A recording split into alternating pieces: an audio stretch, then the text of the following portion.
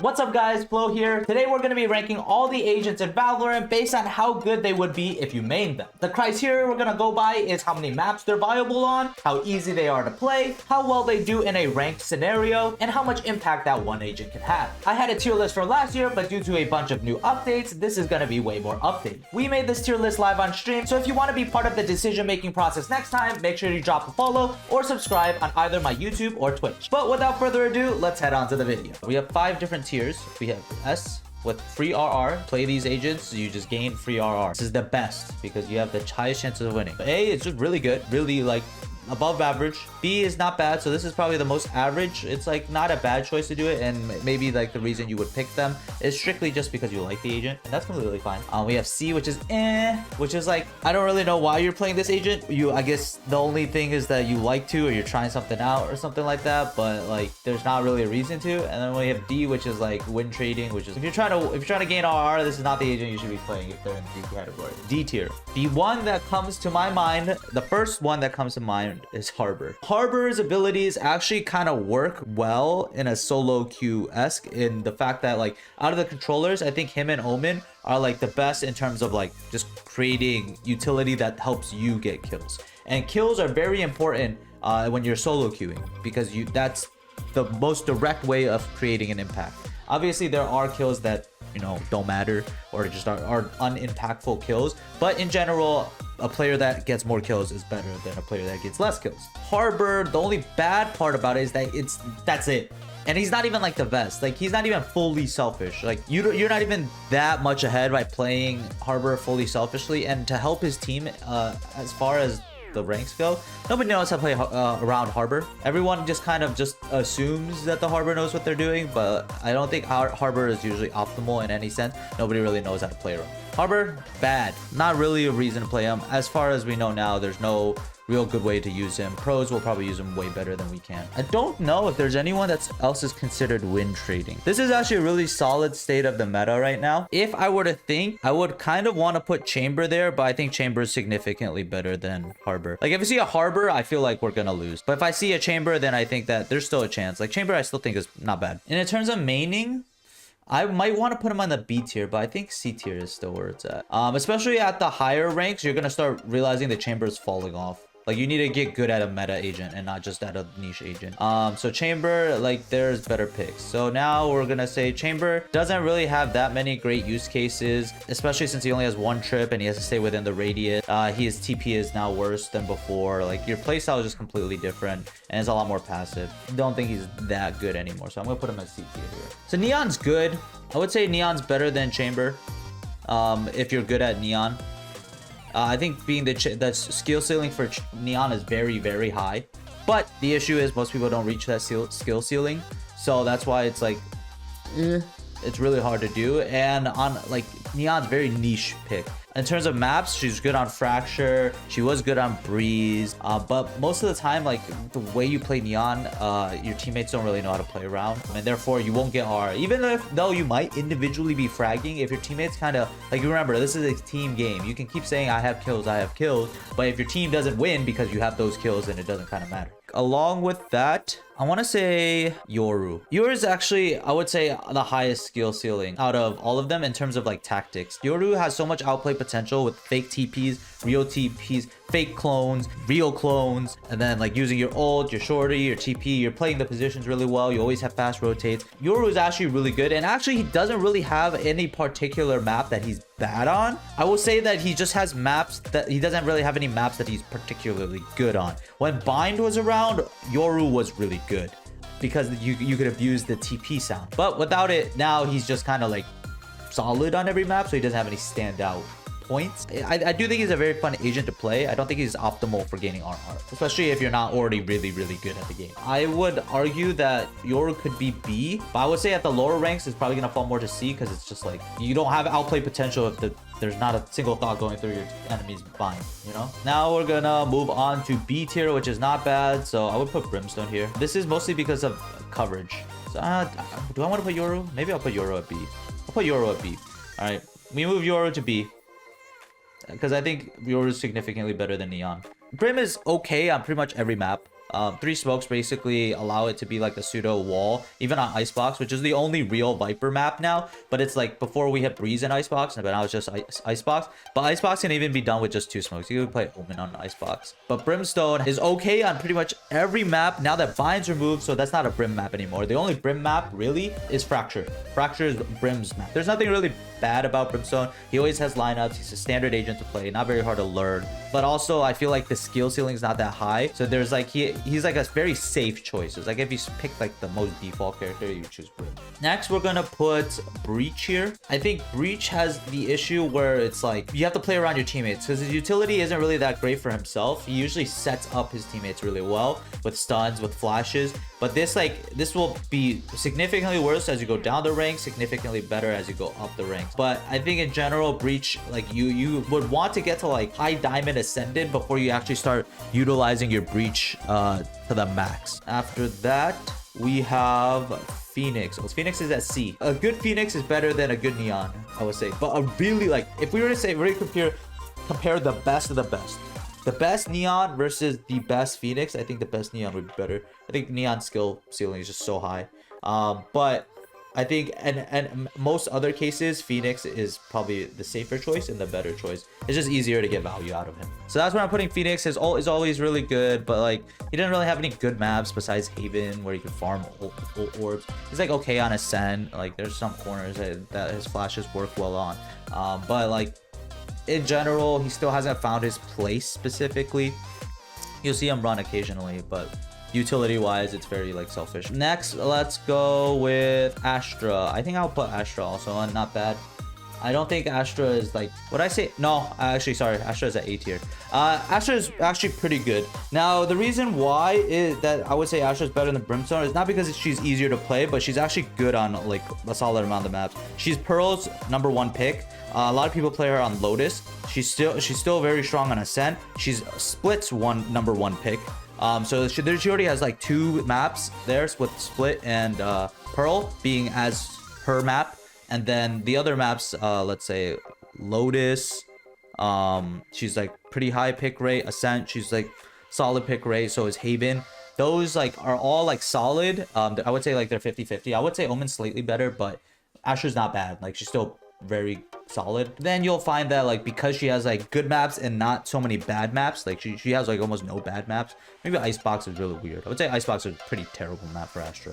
But besides that, every other map is fine. And in that case, then I would say it's really good since you have 2 very strong maps, so your win rates on those will be higher. But the other ones will be like about even. I want to put Cypher at A as well. I think Cypher, I want to put Killjoy at S, Cypher at A. I think there are more KJ maps than there are Cypher maps right now. And also I like the fact that these two like don't usually get insta-locked. So you actually get a chance to play these agents. I'm also put Jet at S tier, but you guys probably expected that. Jet would have a hard time getting picked. Okay, so Cypher, Killjoy, they're pretty much interchangeable.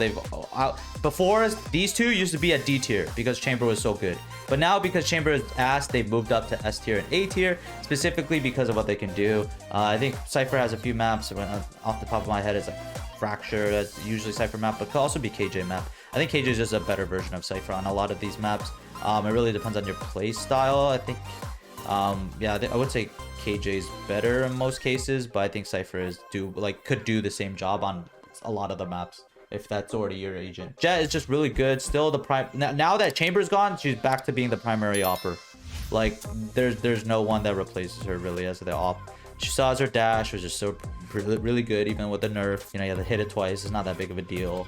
Now that Chamber's gone, she like rose up. She still has a free knives every like 6 or 7 kills or ult points, and that helps with fueling more kills, which helps you get more ops. And then with ops is such a big point. I would say this. Jet's like the best. King of getting RR is Jet. Now as for Fade, I will say I think it's down to not bad. I think Fade and then Sova's at A. I think this is because Fade has started to get phased out with Sova coming in. I think that's mostly because KJ has came back. So now KJ's back. You need a way to break her util, right? You need a way to break her ult. Fade can't do that. Sova can. Therefore, Sova is going to get pushed up. Also, Shock Darts break Cypher Trips, which is our A tier as well. And those are the things Fade can't do anymore. Yeah, Fade could Prowler and run through, but like, so you can break it with Shock Darts. That's much more efficient than a Prowler, which you want to use to clear. Dart is also better than I want to debate between KO at B or A. I think it's A tier just because he's the only one with his abilities. He can suppress, he has his knife, his ult is also really good in terms of like shutting down pushes, stopping pushes before they even start, canceling out KJ ult, Cypher Trips. Like these are all like really good for the attack. And on the defense, he has information as well. You can spot how many people are there. I think KO is just the only one with this level of information and this level of utility that cannot be replaced. Sova can be swapped. Fade can be swapped. Sova. These two can be kind of swapped. But in general, like KO, the reason why, even though I would say he's not as like needed as like KJ, he's irreplaceable if you want his level of utility. Omen, in terms of smokes, he's the best in terms of versatility. And if you're gonna main one of the smokes and you really want RR, I would say Omen is probably safe. I'm actually saying it's like right next. Maybe it's not the best. Okay, maybe Omen and Astra are very close. I'll put Omen up a little. Could you play Omen on Pearl? No, why would you? Could you play Omen on Split? Yes, you can. Omen's better on Haven. I would say Omen is better on Haven and Ascent than Astra by a little bit, but it really depends. Omen doesn't give you Pearl. Astra doesn't give you Icebox. So they're like relatively even. It really depends now, I will say, between these two. If you want to be big brain, join me. All right, pick Astra. If you want to be more flexible and aggressive, then yeah, pick Omen. I would say it's easier. Omen's easier to play. I think Astra's higher skill ceiling. People would argue that, oh, you can aggressively TP. Yeah, I'm like, that's gonna get you killed 90% of the time. It's like, oh, that's because you're bad. I'm like, no, not really. Inherently, aggressively TPing is very risky. Yes, you can find good timings for it, but like, that's not sustainable. Like, you can't always find good timing. Sometimes they never give you a good timing.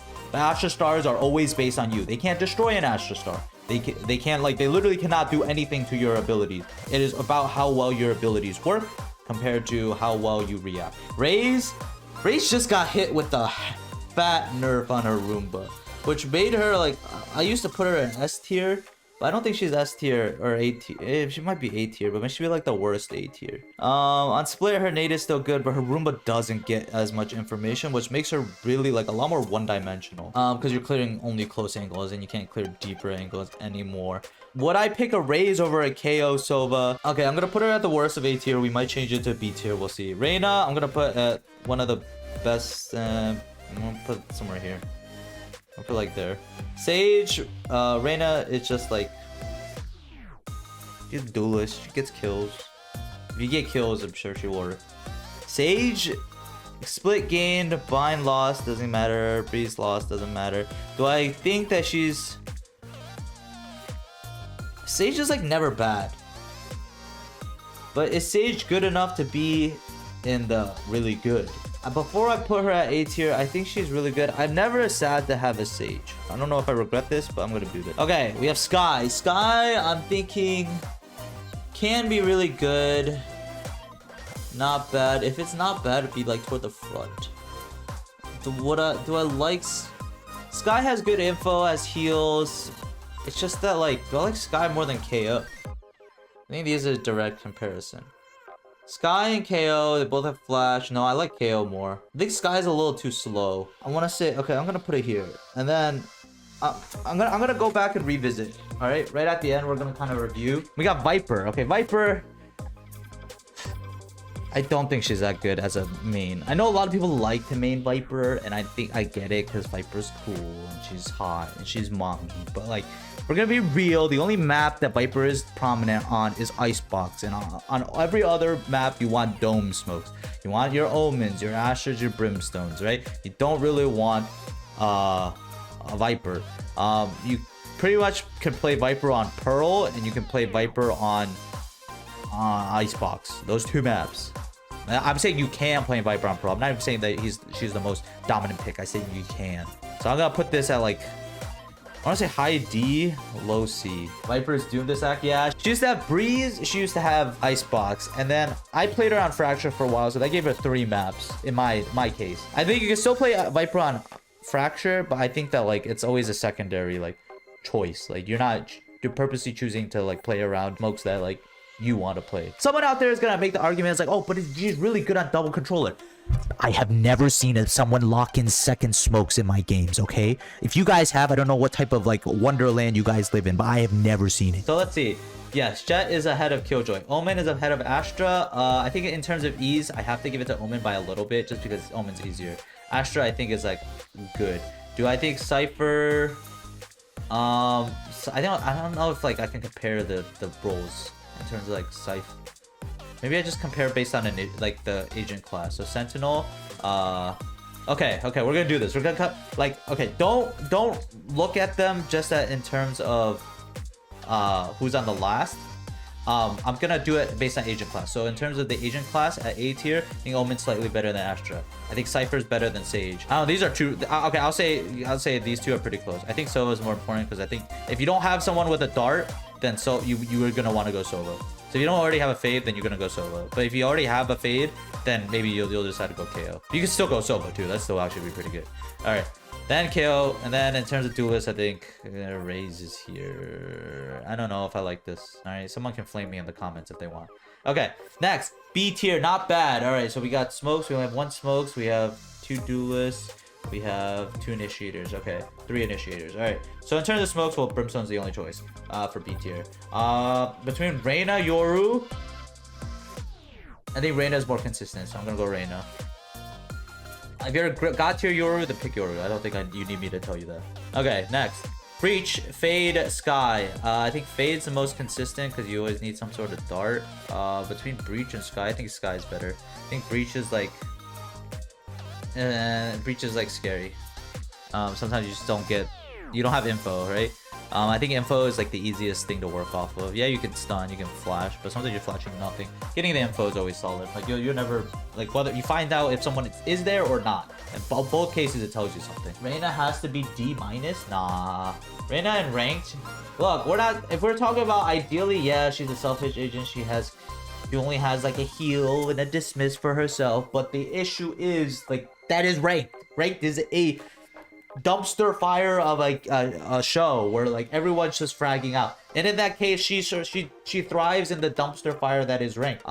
Phoenix, I think Phoenix is more consistent than Neon. If you're god tier Neon like Yoru, like what I said for Yoru, if you're god tier Neon, then yeah, I could say it'd be switched. But in general, this Sentinel and Viper. Yep, Chamber here, Viper here, Harbor. Yeah, Harbor. If I could put Harbor all the way over here, I would.